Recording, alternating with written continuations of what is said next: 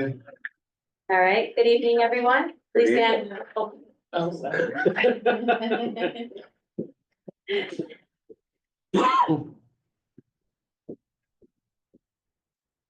Good evening, everyone. Please stand for the flag salute. I pledge allegiance to the flag of the United States of America and to the republic for which it stands, one nation, under God, indivisible, with liberty and justice for all. Please stand for a moment of silence.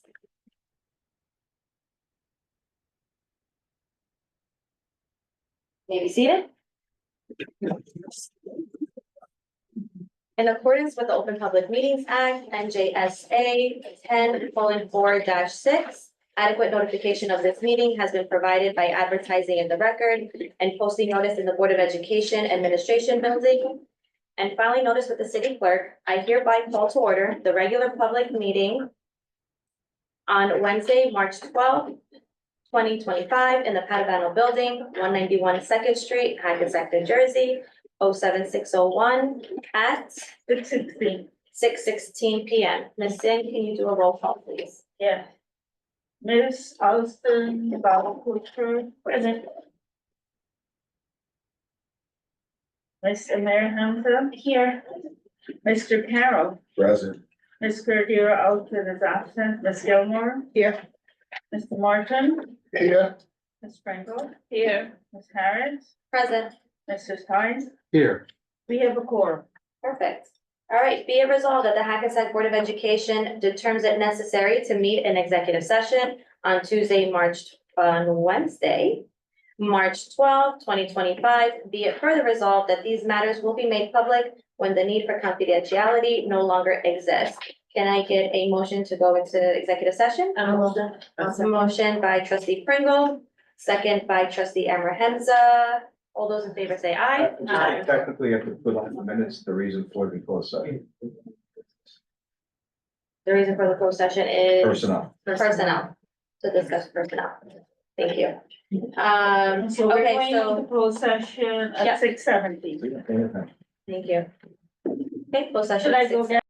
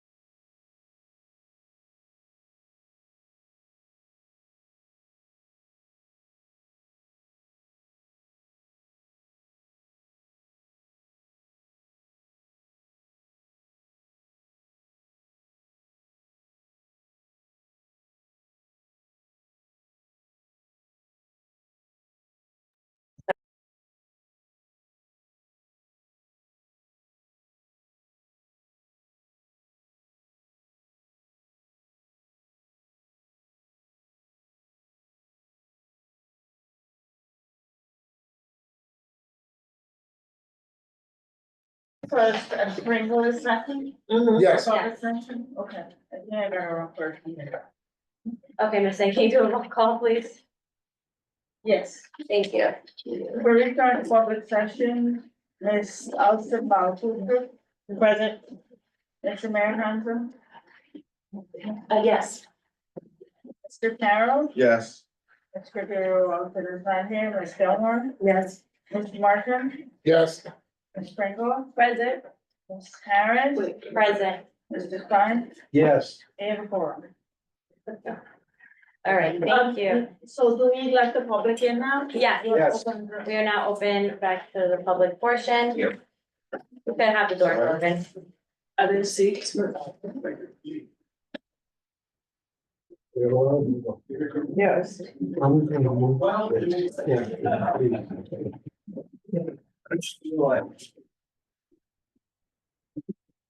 Just so the public that is watching is aware, we are allowing the public to come in. Well, I go, you're here for the meeting, I'm like, why else would you be here? Hello. Hi. Good evening. There's chairs here, some on the side. Thank you. We can leave the door open. All right, excellent. That's it. Okay, so at this time, we are on page 2 of our agenda, which is our resolution, and Ms. Singh, our board secretary, is going to present the resolution to approve the preliminary 2025-2026 school year budget. Okay, thank you, Madam President. Good evening, everyone. As the school business administrator, I'm responsible for preparing the budget for the Hackensack School District for the school year 2025-26. The district is required to prepare a preliminary budget, which will be submitted to the county. The final budget is due on or before March 19, 2025.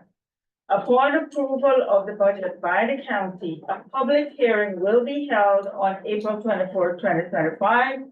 And then I will go through line by line and I will present it to the public so that the public has a greater understanding of what we're doing. So each year it becomes more and more challenging as we try to use limited resources to meet our strategic goals. We have to educate our kids in a thorough and efficient manner using our available resources. The way this budget was put together, I met with all the stakeholders individually, and then we put together this preliminary budget. As a precursor to me delving into the numbers, I will tell you that our state aid increased by 2.3 million for the general fund and for 333,000 for pre-K. Also, the tax levy that I am seeking to balance this budget is less than last year. So those are the two good news that I have to begin my presentation with. So on page 2, we have charter school funding, which is a number that's given to us by the state. The general expense is a number that's all our general fund expenses falls under that category. Capital outlay is capital expenses, it's self-explanatory. So the subtotal there is for the general fund, $153,176,800. Now, after that, we have our special revenue fund, which is made up of archivals and our state aid. That's 10,149,802. So the total appropriations and also our revenue is $163,326,602. Going to where I want to point out our tax levy, how it was calculated. So each year, if we have not used up our 2%, we're allowed to have a 2% cap. If we have used it up, it gets carried over for 3 consecutive years, and that number is called bank cap. As of 25-26 school year, which is the budget I'm preparing right now, we have $2,082,085 sitting in our bank cap. In addition to that, we have our 2% allowable tax levy, which the state gives us. That's a state given number. So looking at our base year of 24-25, if we add up all those numbers, the amount that the school district is allowed to levy for taxes is $98,892,000. not $763. However, as I further explained on the lower part of that page, and if you flip it over, you'll see that where the 2% allowable tax levy is 1.8 million, the state has given us additional money for increased enrollment. And for the bank cap, instead of using that 2 million, I'm using a lot less. I'm using 446,296. So the tax levy for next year that I'm gonna be including in this budget is 97,236,974, which is a decrease compared to last year. The other parts of this is really the county requiring me to explain what's in our budget, just so that the county knows that the district is making the effort, whatever money we're spending, it's on educating with the thorough and efficient education that they're looking for us to implement in the school district, that we have allocated funds for that.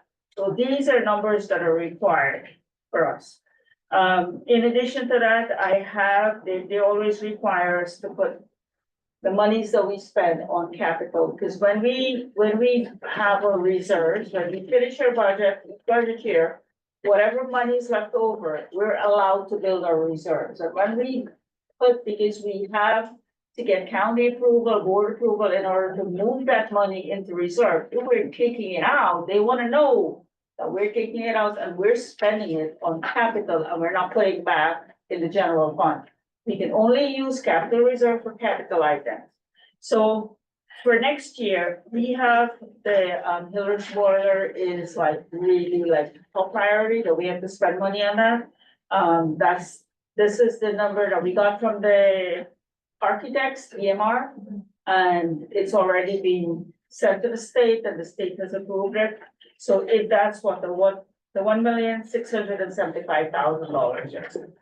The other numbers that is on page 4, those relate to the items that I spoke to you before, where we're required by the county to highlight these numbers so they can do a comparison and see that we are spending money on what they consider the most important things that would enable this district, like P or professional development. If you look at it, it's a lot got to do with professional development. And they want to make sure that our teachers are getting the PD that they need so that they can educate the kids. And so this is the reason why we presented this way. And I really do believe that I've covered everything here. And so I will ask Mr. Stein to do the honors. Thank you, Ms. Singh. Again, as Mrs. Singh said, this is a preliminary budget because it has to go to the county superintendent to give his blessing. So what I'm about to do is to offer D1A through D1G for approval as our preliminary budget. Excellent. So we have a motion from trustee Stein. Can I have a second? Trustee Abrahimsa. Ms. Singh, a roll call, please. Yeah, okay. Ms. Alston Balaputra? Yes. Mr. Mayor Hanson? Yes.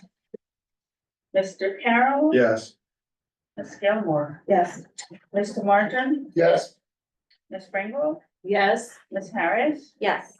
Mr. Stein? Yes. Motion passes. Excellent. All right, thank you. Okay, so at this time, we now have public comments. So for the past month and a half or so, I've been reading the policy 0167, which is our public participation in board meetings. Today, I will read the shorter version since this is a special meeting. It's a much smaller meeting. So it says public participation shall be governed by the following rules. 1, if in person, a participant must sign the sign-in sheet and be recognized by the presiding officer and must preface comments by an announcement of his or her name, municipality of residence, and group affiliation, if applicable. 2, each statement made by a participant shall be limited to 3 minutes duration during the public session.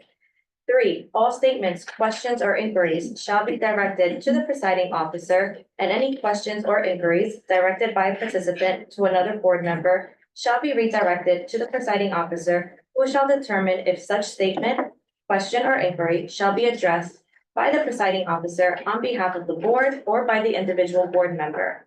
And 4, all board and/or superintendent responses to questions or inquiries shall be held until the end of public participation. At this time, public comments is now open. If there's anyone from the public that would like to speak that is in the room first, you may come up. Just remember to state your first and last name.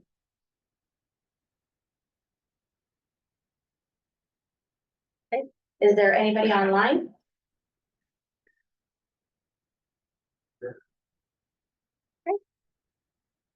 All right, so at this time, public comment session is closed. Moving on to board comments. And we will start with trustee Carroll.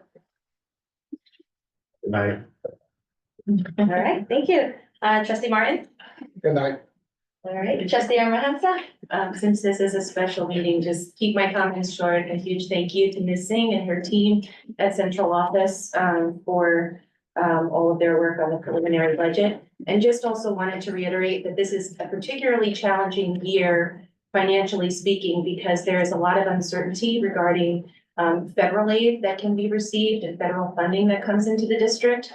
So the fact that we were able to not utilize the full amount that of the tax levy, that it's less than last year, and is still responsible in ensuring that, we are able to support all of our educational programs, I think is a really big accomplishment. So a huge thank you. Thank you. Trustee Austin Malapucha? I concur with trustee Marhansa's comments, and a special thank you to Ms. Singh for answering all my questions as the newcomer. I appreciate your patience, and good night. All right, trustee Gilmore? I just want to say good night. Trustee Pringle? Everything that my fellow trustees said, and good night. All right, Vice President Stein? I too would like to thank Ms. Singh and her staff. I've gone through the numbers. I know what they've been doing to get to these numbers. And the fact that we're below last year's tax levy, I think has a lot to do with how they oversee the budget. And that's my comment. Excellent. All right, and last thing, of course, I reiterate everything that my trustees have said. But thank you, Ms. Singh, thank you to the central office staff for gathering all this information and answering all the questions from the trustees at the committee meeting. We truly appreciate that, and we look forward to the April meeting when you get to do your big presentation. Okay, looking forward to it. All right, so at this time, I need a motion to close our meeting. So moved. Okay, by trustee Stein, second by trustee Carroll. All those in favor say aye. Aye. Anyone opposed? No. Excellent. It is 8:35. Have a good night, everyone. Thank you so much. Stirred my trustee. Yeah.